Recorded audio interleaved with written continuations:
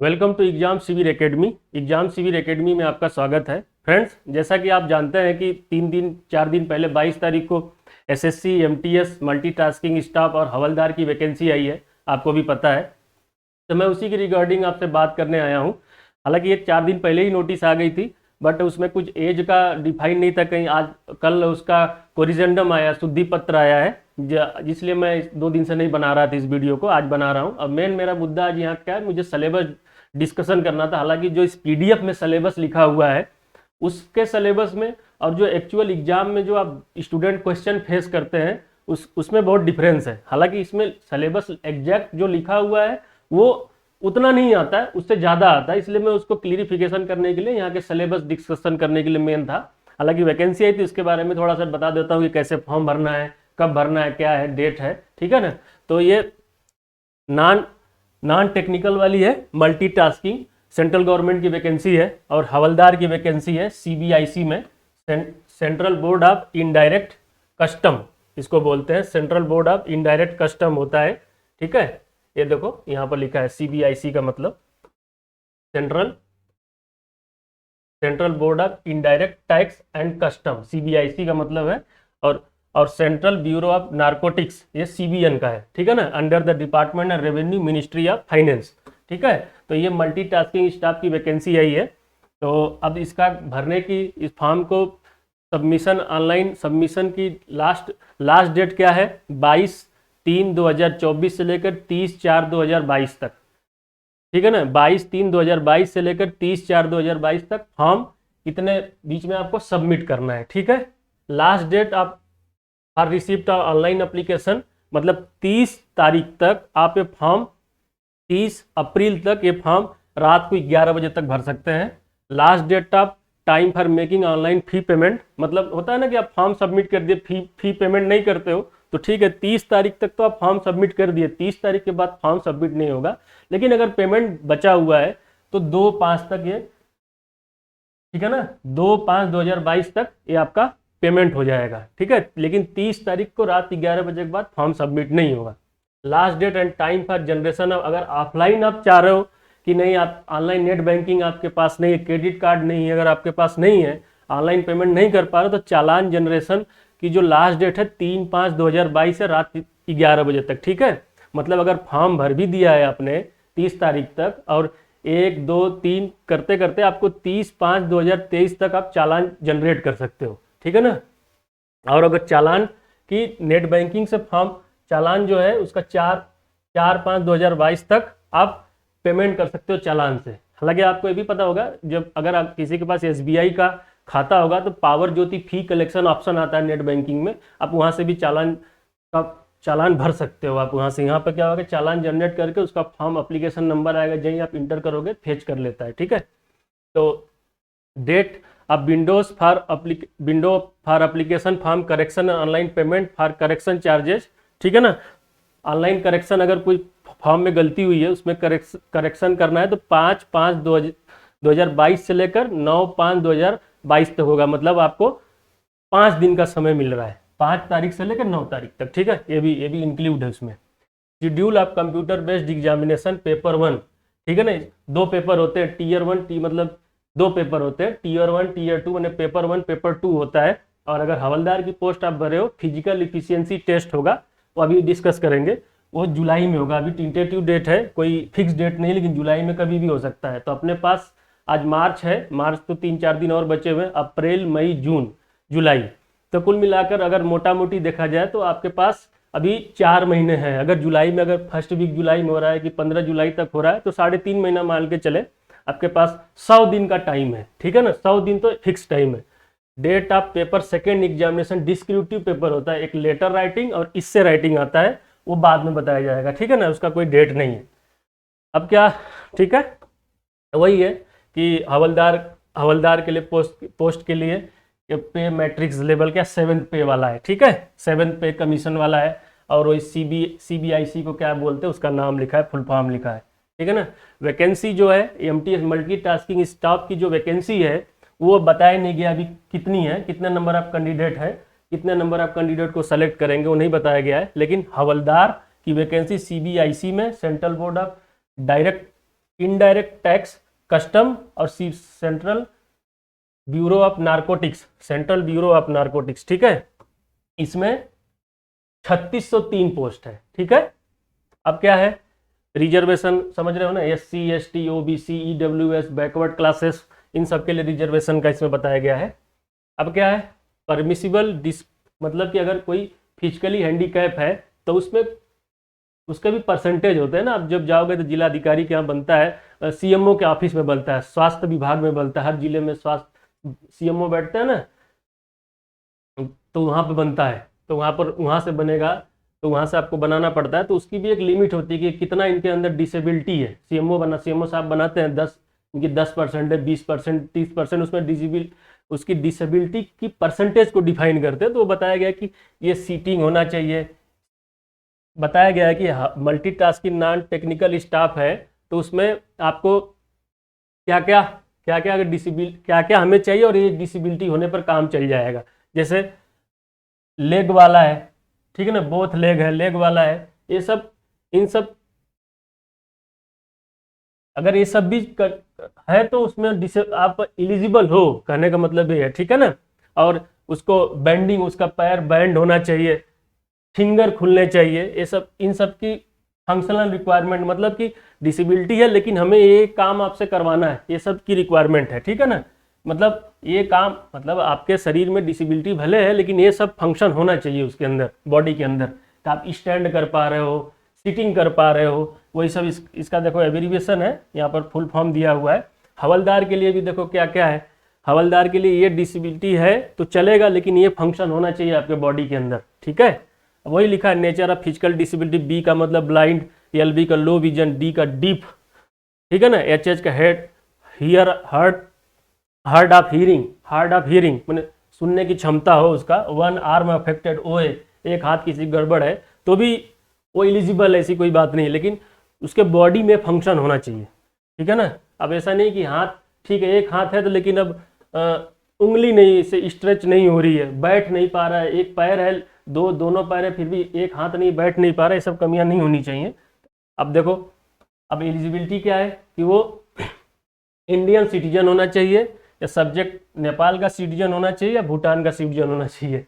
कहने का मतलब इंडियन लोगों को तो मिल नहीं रहा है, नेपाल भूटान के भी लोगों को दे रहे हैं वैकेंसी, नौकरी दे रहे हैं, ठीक है। ये कब, ये मतलब आपको तो पता है ना कि अपने देश में नेपाल और भूटान वालों को भी वैकेंसी निकलती है, वो भी लोग भी एलिजिबल होते हैं, ठीक है ना। उसके लिए कुछ कंडीशन होती है कि वो 1 जनवरी 1962 के पहले सेटल्ड हो गए हो इंडिया में, ये सब कंडीशन है। नेपाली है लेकिन सेटल्ड हो गया, उनको मिलेगा। अब एज देखो, इसी के लिए आज एक क्लियरिफिकेशन आया हुआ है, क्या था कि एज मल्टीटास्किंग के लिए 18 से 25 रखा है। मल्टीटास्किंग के लिए 18 से 25 है, और इन्होंने गलती से यहाँ पर हवलदार के लिए भी लिख दिया था, लेकिन उसके आज एक कोरिजेंडम आया, शुद्धि पत्र है, उसमें से ये लाइन हटा दिया गया है। हवलदार की यहाँ पर जो लिखा गलत है, हवलदार वाली 18 से 27 साल है, ठीक है ना। मतलब हवलदार जो है वो 2/1/1995 से 2/1/1995 मैंने 2 जनवरी 1995 को पैदा है, या उसके बाद कब तक, 1/1/2004 तक, वो उसके बीच में उसकी डेट ऑफ बर्थ होनी चाहिए, ठीक है।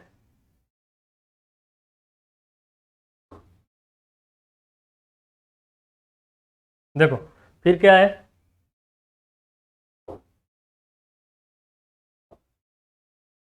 एज रिलैक्सेशन होता है। एज रिलैक्सेशन है किसको किसको, SC ST को 5 साल है, OBC को 3 साल है, PW फिजिकली डिसेबल्ड है लेकिन वो जनरल कैटेगरी का अनरिजर्व को 10 साल है, OBC के लिए 13 साल है अगर वो डिसेबल्ड है, SC ST के लिए 15 साल है, एक्स सर्विसमैन के लिए 3 year after deduction of the military service rendered from the actual age on the closing date of receipt of the online application, ठीक है।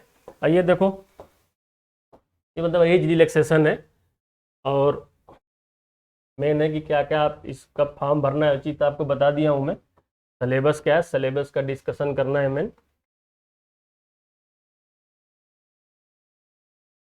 देखो इसेंशियल क्वालिफिकेशन क्या है, the candidate must have pass matriculation examination और equivalent from the recognised board, ठीक है ना। आपको मिनिमम क्वालिफिकेशन 10th है, हालांकि 10th के ऊपर 10th के ऊपर वाले भी भर सकते हैं, ऐसी बात नहीं है। तो मिनिमम बताया गया है, मिनिमम क्वालिफिकेशन 10th है, मेट्रिकुलेशन है, ठीक है। मेट्रिकुलेशन के ऊपर वाले भी भरते हैं, इवन जिनकी एज होती है 27, अगर वो PhD भी किया वो भी भरता है, ठीक है ना। अब ये बताया गया कि कोई ओपन यूनिवर्सिटी से कुछ ऐसे बोर्ड्स हैं जो गवर्नमेंट यूनिवर्सिटी ग्रांट कमीशन 1956 के थ्रू वो बोर्ड या वो यूनिवर्सिटी वो कॉलेज अगर इस्टेब्लिश हुआ है तो उनसे सबकी डिग्री मान्य है, यहाँ पर ये लिखा हुआ, ठीक है ना। अब देखो क्या है, कैसे अप्लाई करना है। अप्लाई करने के लिए क्या है, SSC www.ssc.nic.in पर आपको अप्लाई करना है जाकर। उसमें कुछ इंस्ट्रक्शन आपको पढ़ने को मिलेंगे। मेन है उसमें फोटो लगाना है आपका, ठीक है ना।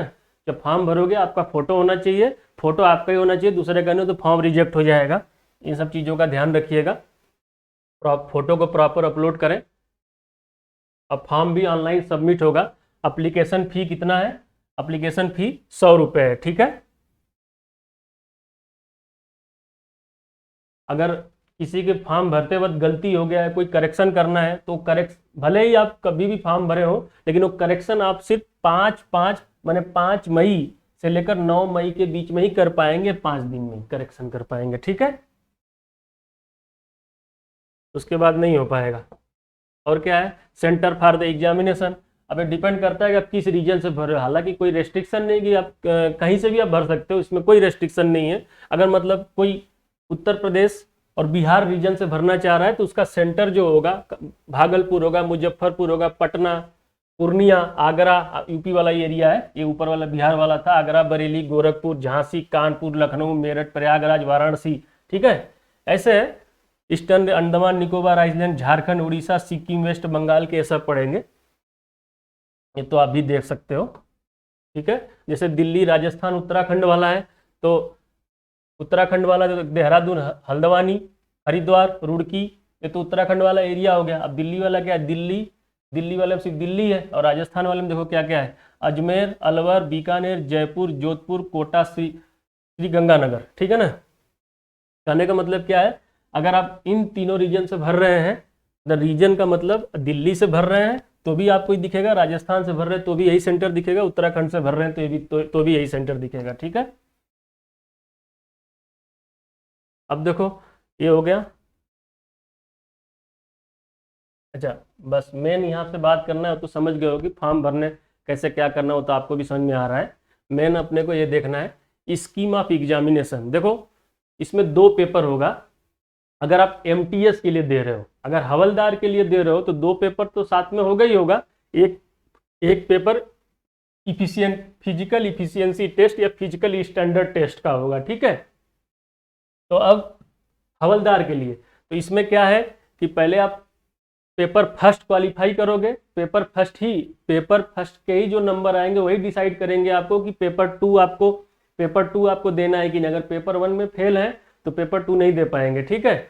तो अब ये क्या कैसे, अब पेपर 2 में भी निगेटिव मार्किंग है, देखो यहाँ पर दिया हुआ है, ठीक है। अभी उसके बारे में अभी डिस्कस करते हैं।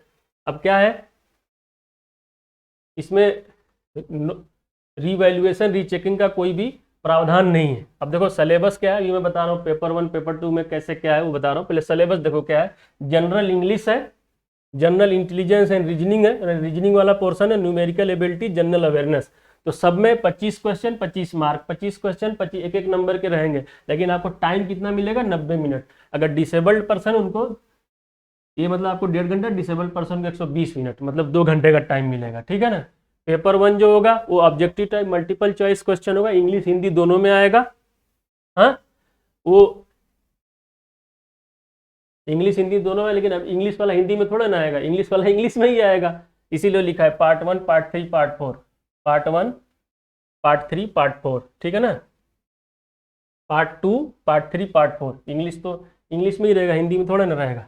निगेटिव मार्किंग है, कितना निगेटिव मार्किंग है, 0.25 का निगेटिव मार्किंग है। एक नंबर अगर एक गलत हुआ तो 0.25 तो कटेगा। अगर आप सही भी कर रहे हो जो उसमें, तो वही उसमें से रिड्यूस हो गया ना। कुल मिलाकर गलत नंबर में 0.25 कट गया। अगर आपने सही भी कोई क्वेश्चन किया है वो 1 नंबर मिलना चाहिए, तो 0.25 तो पहले ही रिड्यूस हो गया, तो 0.75 नंबर ही मिला, ठीक है। मतलब अगर एक क्वेश्चन सही कर रहे हो, क्वेश्चन गलत कर रहे हो, तो फिर आपको 0.75 नंबर ही मिलेगा, ठीक है। पेपर 1 कंप्यूटर बेस्ड पेपर होगा, मल्टीपल शिफ्ट में होगा, ठीक है ना। और मल्टीपल शिफ्ट में होगा तो जाहिर सी बात है किसी शिफ्ट का पेपर टफ आएगा, किसी शिफ्ट का पेपर आसान भी आ सकता है, तो उसको नॉर्मलाइज किया जाएगा, ठीक है ना। उसी के बारे में लिखा है, नॉर्मलाइज किया जाएगा। नॉर्मलाइज का कैसे क्या है उसका रूल इनके वेबसाइट पे दिया हुआ है, ठीक है ना। आंसर किया जाएगा, और आंसर की पे अगर आपको चैलेंज करना है तो वो 100 रुपया पर क्वेश्चन के हिसाब से देके आप चैलेंज कर सकते हो कि नहीं इस क्वेश्चन में प्रॉब्लम है। देखो पेपर 2 जो है, पेपर 2 क्या है, शॉर्ट इससे लेटर राइटिंग है, 25-25 नंबर का है, 45 मिनट दिया जाएगा, डिसेबल्ड पर्सन को 60 मिनट मिलेगा, ठीक है। अब देखो क्या है, जो पेपर 1 तो कंप्यूटर बेस्ड हो गया, पेपर 2 आपका क्या है, पेन और पेपर मोड पे, ठीक है। आपको पेपर मिलेगा, पेन मिलेगा, उस पर आपको लेटर राइटिंग इससे राइटिंग करना होगा, और वो भी 25-25 नंबर का है, ठीक है ना। अब क्या है, देखो लिखा है paper 2 will be qualifying in nature, मतलब आपका पेपर 1 के ही नंबर जुड़ेंगे। Paper 2 will be only qualifying nature and intended to the test elementary language skill, मैंने सामने वाले को लैंग्वेज आता है कि नहीं, वो लिख पढ़ पाता है कि नहीं, इसलिए उस बस आपकी इफिशियंसी को जज करने के लिए, आपकी स्किल को जज करने के लिए पेपर 2 लिया जा रहा है, ठीक है। लेकिन मेन डिसाइड आपके पेपर 1 से होगा। फिर भी एक कंडीशन इस क्लास में लिखा हुआ है कि अगर ऐसे कैंडिडेट जो पेपर 1 में सेम नंबर ला रहे हैं, पेपर 1 में सेम नंबर ला रहे हैं और डिसाइड नहीं हो पा रहा कि कौन मेरिट में आएगा कौन मेरिट में नहीं आएगा, तो उस टाइम पेपर 2 को कंसीडर किया जाएगा। कब, जब दो बच्चे का नंबर सेम होगा, ठीक है। देखो लिखा है will be held only for the those candidate who meet the cut off prescribe commission paper 1, जो पेपर 1 पास किया तो ठीक है। अब ये देखो लिखा भी है, ये कहाँ लिखा है, देखो मैं दिखा रहा हूँ कि पेपर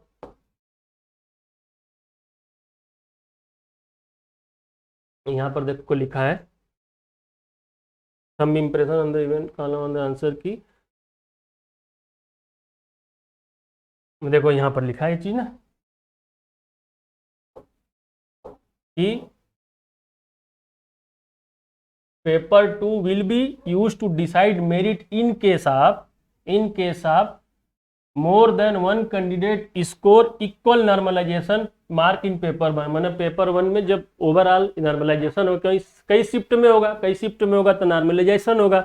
नॉर्मलाइजेशन होने के बाद जब देखा जाएगा कि कैंडिडेट के नंबर सेम है, तब पेपर 2 को मेरिट में उस समय कंसीडर किया जाएगा। मतलब पेपर 1 जो है वही आपका मेरिट में लाने के लिए डिसाइडिंग फैक्टर है, तो पेपर 1 में ही आपको मेन काम करना है, ठीक है। चलो ये हो गया।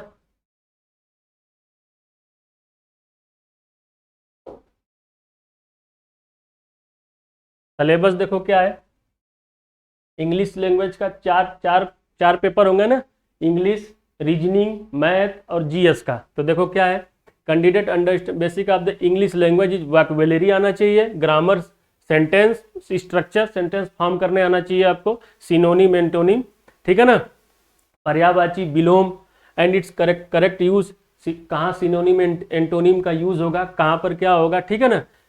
Writing ability would be test, ठीक है। तो मेन ग्रामर पे भी फोकस करना है आपको, वोकैबुलरी पे भी फोकस करना है। सेंटेंस स्ट्रक्चर का मतलब कोई आपको सेंटेंस दे दिया जाएगा, हो सकता है कि वो ग्रामेटिकली वो एरर हो उसमें, स्ट्रक्चर उसका से तो एरर करेक्शन के लिए भी आ सकता है ना, क्या क्या एरर उसको करेक्ट करो। इंग्लिश का हो गया सिलेबस, ठीक है। वोकैबुलरी तो आता ही है आपको, वोकैबुलरी इसमें याद करना पड़ेगा, ठीक है ना।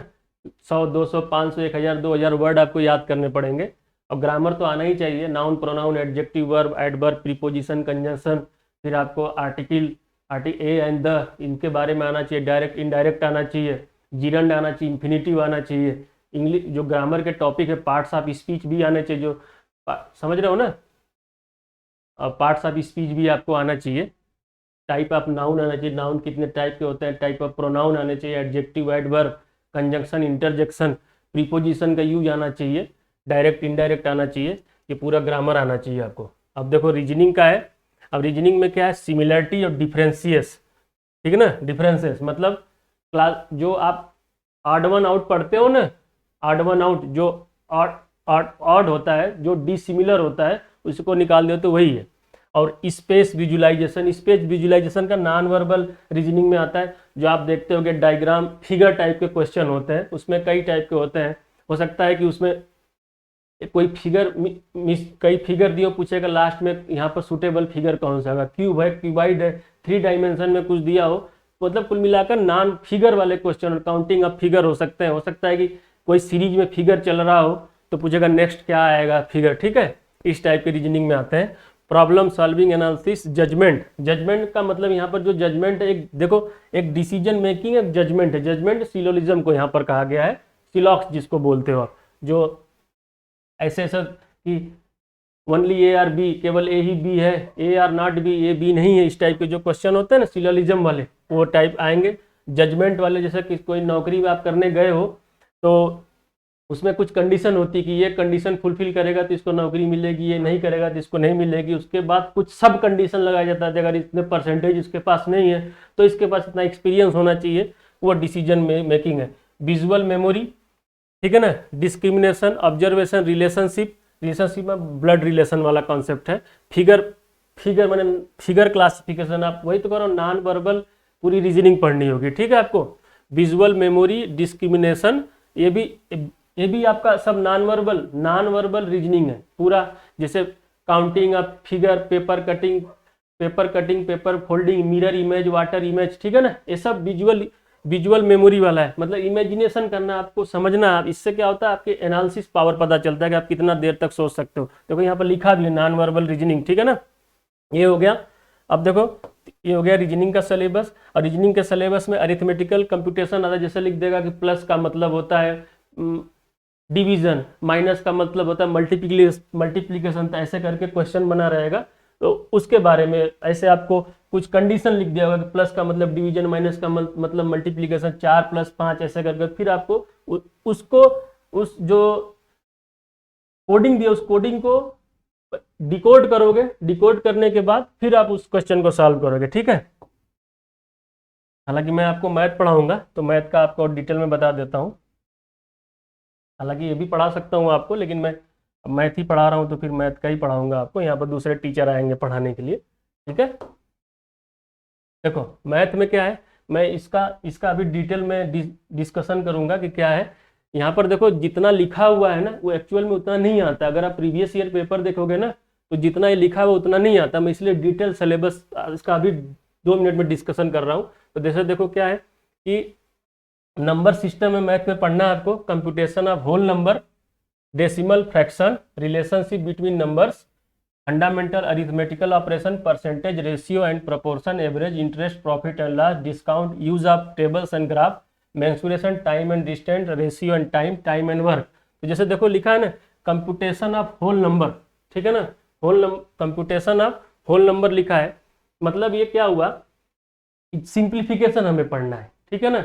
इसके अंदर सिंप्लीफिकेशन कुछ टॉपिक एचसीएफ पढ़ना होगा, एचसीएफ पढ़ना होगा। और पिछले साल जब अक्टूबर 2020 मतलब 2020 एसएससी 2020, हालांकि ये एसएससी 2021 का नोटिफिकेशन आया है 2022 में, पीछे एक साल चल रहा है। तो आपने देखा होगा जब अक्टूबर 2021 में पेपर हो रहे थे तो उसमें मीडियन से भी क्वेश्चन आ रहे थे, माध्यिका से भी क्वेश्चन आ रहे थे, लेकिन अभी इसमें नहीं लिखा हुआ है। तो ये जो सिलेबस एक्चुअल डेप्थ में जो जानेगा वही बता पाएगा ना। तो इसलिए यहाँ पर जो सिलेबस लिखा, उसी तरह रीजनिंग का भी जो सिलेबस लिखा था, इंग्लिश का भी सिलेबस लिखा था, इन्होंने बस ये 100% सिलेबस नहीं लिखा गया है, ये बता दिया गया कि ऐसे ऐसे इतना आपका लेवल इस लेवल से ही आएगा। लेकिन क्या है कि एक्चुअल सिलेबस कुछ और है। रीजनिंग का जो सिलेबस मैं बता रहा हूँ जितना लिखा है उससे कई गुना ज्यादा रीजनिंग का। इंग्लिश भी जितना लिखा है, ग्रामर और वोकैबुलरी था, स्पॉटिंग एरर, ये सब आते हैं।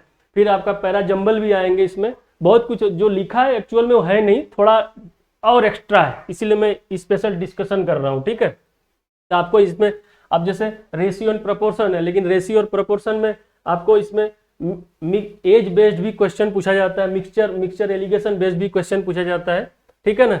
और जैसे कि और यहाँ पर अलजेब्रा ट्रिग्नोमेट्री का कॉन्सेप्ट नहीं, लेकिन मेंसुरेशन के कुछ ऐसे ऐसे सवाल हैं जिसमें थोड़ा सा एंगल के बारे में आपको बेसिक अलजेब्रा के बारे में थोड़ा मोड़ा जानना पड़ेगा, मतलब कुछ क्वेश्चन ऐसे लगाने के लिए कहाँ पर A square plus B square plus 2 कहीं कहीं आ जाते हैं, उसके भी यूज आ जाते हैं, ठीक है ना।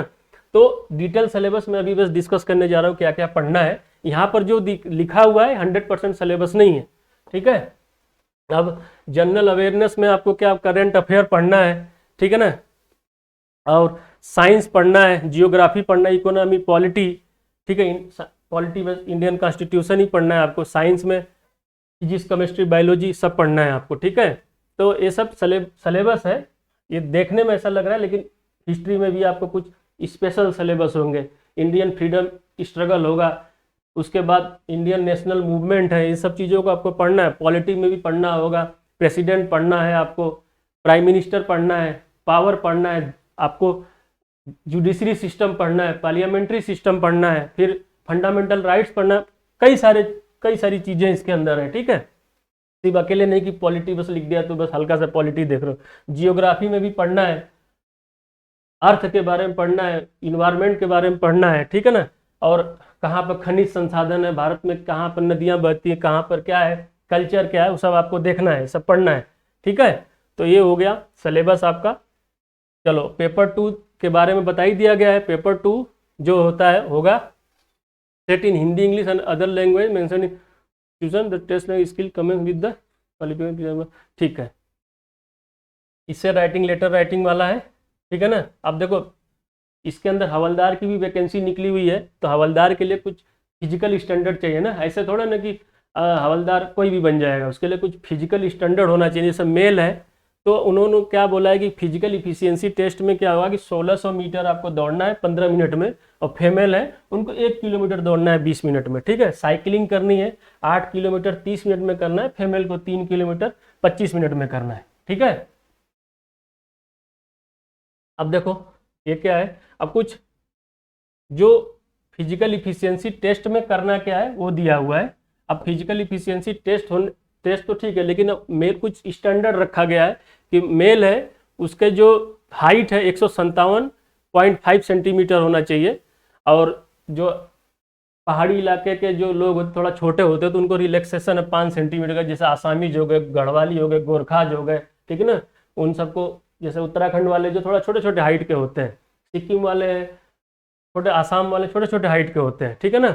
और चेस्ट है, चेस्ट जो मेल का है 76 सेंटीमीटर होना चाहिए। अभी एक्सपेंशन वाला नहीं है, जब एक सांस लेके फुलाओगे तो एक्सपेंशन 5 सेंटीमीटर का होना चाहिए। महिलाओं के लिए देखो क्या है 152 सेंटीमीटर हाइट होनी चाहिए, और 2.5 सेंटीमीटर रिलैक्स होगा, गढ़वाली आसामीज रहे।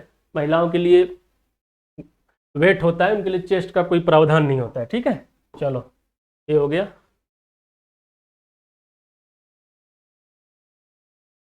आईडी कार्ड वार्ड आपको ले जाना है, ये सब याद रखना, कौन कौन सी वोटर आईडी कार्ड जिसपे आपके डेट ऑफ बर्थ लिखा हो, driving licence, PAN card, employ ID.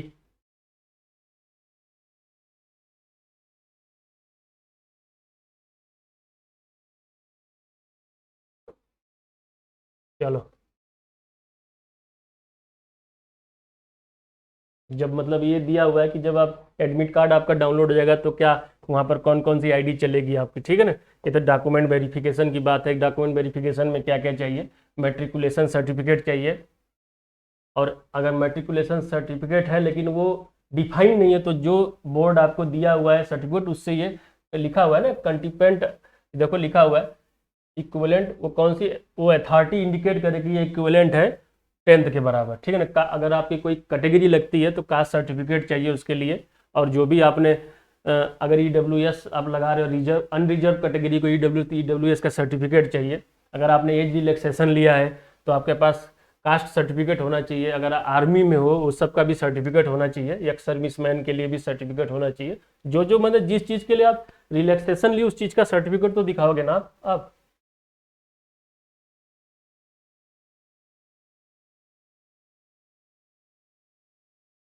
देखो mode of selection, qualifying mark in paper 1 में QR को 30% लाना है, OBC और EWS को 25%, अदर कैटेगरी को। ये सिर्फ लिखा है कि आप क्वालिफाई हो गए, लेकिन इससे थोड़ा ना 100 अगर आप क्या नाम है 100 में 30 नंबर ला दिए तो आप क्वालिफाई हो गए, नहीं। ये तो है कि इतना नंबर लाने पे क्वालिफाई हो, इसके बाद तो जो हाईएस्ट नंबर होगा वो मेरिट पे बनेगा ना, ये चीज़ है। इसका मतलब ये नहीं है कि 30 नंबर ही लाना है आपको।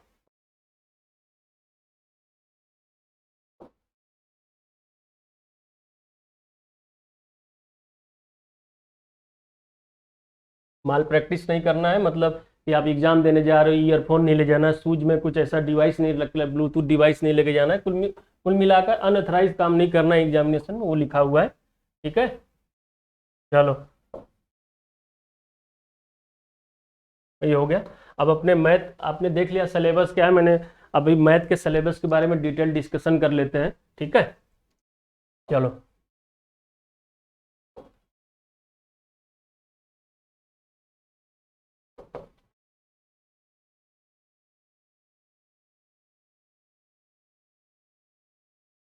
हम्म देखिए, मैथ के सिलेबस का डिटेल डिस्कशन हम कर रहे हैं कि multitasking non technical staff and havildar CBIC and CBN examination 2021। हालांकि फॉर्म 2021 का है, एग्जाम 2022 में होगा। देखो मैथ में क्या न्यूमेरिकल एबिलिटी, मैंने आपसे क्या बताया था कि मैथ का सिलेबस सिर्फ लिखा हुआ है, एक्चुअल में क्या आता है वो नहीं बताया गया है। तो देखो पहले हम कैसे शुरुआत करेंगे, अपनी स्ट्रेटेजी हम बता रहे हैं, क्योंकि मैं ये जुलाई से पहले पहले ये खत्म कर दूंगा। ठीक है,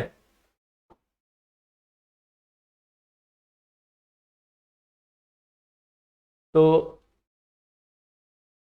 देखो कैसे हम स्ट्रेटजी इसमें लगाएंगे। न्यूमेरिकल एबिलिटी शुरुआत करने से पहले, जैसे देखो इसमें क्या पढ़ना है, नंबर सिस्टम पढ़ना है, number series, HCF, highest common factor, lowest common factor, decimal and fraction, simplification, मैंने बताया था ना, कंप्यूटेशन करना, सिंप्लीफिकेशन करना, percentage, ratio and proportion, profit and loss and discount, profit loss पढ़ेंगे, डिस्काउंट भी उसी में पढ़ लेंगे, average, simple interest, compound interest, time and work, time speed distance, mensuration, use of table and graph, bar, pi, table और line. पिछले साल आपने देखा होगा टेबल और पाई पे, टेबल ग्राफ और पाई ग्राफ पे न्यूमेरिकल बन रहे थे। ठीक है ना, और एक सिलेबस में देखो मीडियन के बारे में नहीं बताया, लेकिन आप पिछले साल जब अक्टूबर में पेपर होता देखना, मीडियन के भी एक क्वेश्चन आए थे। तो जो हम क्या करते हैं, जो पिछले साल दिया था उसी के अकॉर्डिंग पढ़ना है ना। सिलेबस तो उन्होंने लिखा है कि इतना ही हमें पढ़ना है, लेकिन वो कहाँ पढ़ना है, वो तो आ ही नहीं रहा है। मतलब कि जो उन्होंने लिखा वो तो आ ही रहा है, फिर एक्स्ट्रा भी दें तो एक्स्ट्रा भी तो पढ़ना है ना। कि उन्होंने मीडियन नहीं लिखा, लेकिन नहीं क्योंकि हम नहीं पढ़ेंगे। अगर उन्होंने नहीं लिखा लेकिन पिछले साल पेपर में देखा गया था, 1 नंबर का एक क्वेश्चन पूछा तो हमें मीडियन पढ़ना पड़ेगा। तो ये देखिए मैथ का पूरा सिलेबस है। तो इस सिलेबस को शुरुआत करने के लिए सबसे पहले मैं आपको सब कुछ बेसिक ट्रिक सिखाऊंगा। ठीक है, कैलकुलेशन, ताकि आपकी स्पीड बढ़ जाए, आपके अंदर थोड़ा कॉन्फिडेंस आ जाए। ठीक है ना, उसके बाद हम ये करेंगे। हालांकि मेरे अब एग्जाम शिविर एकेडमी के चैनल पे जाके देखना, जो मेरे शुरू पहले वाले वीडियो, उसमें मैथ कैलकुलेशन ट्रिक मैंने पढ़ाया है। तो आप चाहो तो वहां से भी पढ़ सकते हो मैथ की कैलकुलेशन ट्रिक। ठीक है ना, बहुत कुछ चीज़ें मैंने सिखाया है। मल्टीप्लीकेशन कैसे करेंगे, डिवीजन कैसे करेंगे, स्क्वायर कैसे निकालेंगे, स्क्वायर रूट कैसे निकालेंगे, क्यूब है क्यूब रूट कैसे निकालेंगे, अप्रॉक्सीमेट क्यूब रूट कैसे निकालेंगे, ये सब चीज़ों को बताएं। स्पेसिफिक नंबर का डिवीजन कैसे होगा, मल्टीप्लीकेशन कैसे होगा, मैंने सब ट्रिक बताया है। ठीक है, तो नंबर सिस्टम पढ़ने के बाद हम नंबर सीरीज पढ़ लेंगे, क्योंकि कैलकुलेशन ट्रिक सीखने के बाद नंबर सीरीज पढ़ने में मजा आएगा। ठीक है, और एचसीएफ एलसीएम पढ़ेंगे, डेसिमल, फ्रैक्शन। जब ये सब चीज़ों में आप पारंगत हो जाओगे, आपके अंदर आप इफिशियंट हो जाओगे, आपके अंदर इफिशियंसी आ जाएगी, आपके अंदर वो एबिलिटी आ जाएगी, तब आप सिंप्लीफिकेशन करना तो आपको समझ में, क्योंकि इसमें ब्रैकेट्स आएंगे, कई टाइप के ब्रैकेट होते हैं ना, छोटा कोष्टक, बड़ा कोष्टक, छोटा ब्रैकेट, बड़ा ब्रैकेट, करली ब्रैकेट, तो कौन सा बार ब्रैकेट, तो कौन से ब्रैकेट को कैसे तोड़ते हैं, उसका कौन सा रूल लगाते हैं, बोर्ड मास रूल लगता है, ये सब चीजें हम सीखेंगे यहाँ पर। फिर परसेंटेज, कई टाइप के परसेंटेज का भी मैं झाला भी सीरीज खत्म किया हूँ, फिर भी मैं पढ़ाऊंगा इसमें। रेशियो एंड प्रपोर्शन इसमें पढ़ेंगे, profit and loss and discount, average, simple interest, compound interest, time and work, time speed distance, mensuration. और ये तो पढ़ना बहुत जरूरी है, इसमें 3-4 नंबर के क्वेश्चन आ रहे हैं। मीडियन पिछले साल आया था, सिलेबस में नहीं बताया लेकिन फिर भी आया था। अच्छा, एवरेज, जब रेशियो प्रपोर्शन पढ़ेंगे तो इसमें हम कुछ एज बेस्ड क्वेश्चन भी पढ़ेंगे, एज से रिलेटेड क्वेश्चन जो रेशियो से लगते हैं वो भी पूछा जाता है, तो वो भी पढ़ लेंगे। ठीक है, और एक मिक्सचर का क्वेश्चन पढ़ेंगे, क्योंकि परसेंटेज में भी मिक्सचर आता है, और रेशियो प्रपोर्शन को भी मिक्सचर और एलिगेशन के क्वेश्चन को रेशियो प्रपोर्शन से भी हम सॉल्व करेंगे।